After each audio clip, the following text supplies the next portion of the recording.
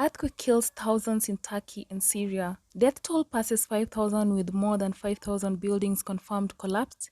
This happened when the two major earthquakes and 185 aftershocks struck the southern east of the country, as officials says. At least 3,400 have been confirmed dead in Turkey, while Syria toll stands at about 1,600. More than 24,000 people are involved in the search and rescue after the tragic earthquake. As of Tuesday morning, more than 8,000 people have been rescued.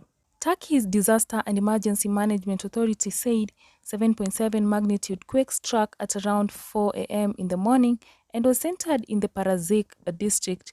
The earthquake occurred at a depth of 7 kilometers. It was followed by a 6.4 magnitude quake that struck the southeast Gaziantep province. A third earthquake with a 6.5 magnitude also hit the province. Turkey was shaken by the biggest disaster since 1939 earthquake in the last century. The initial earthquake was felt in other southern provinces, including countries like Lebanon.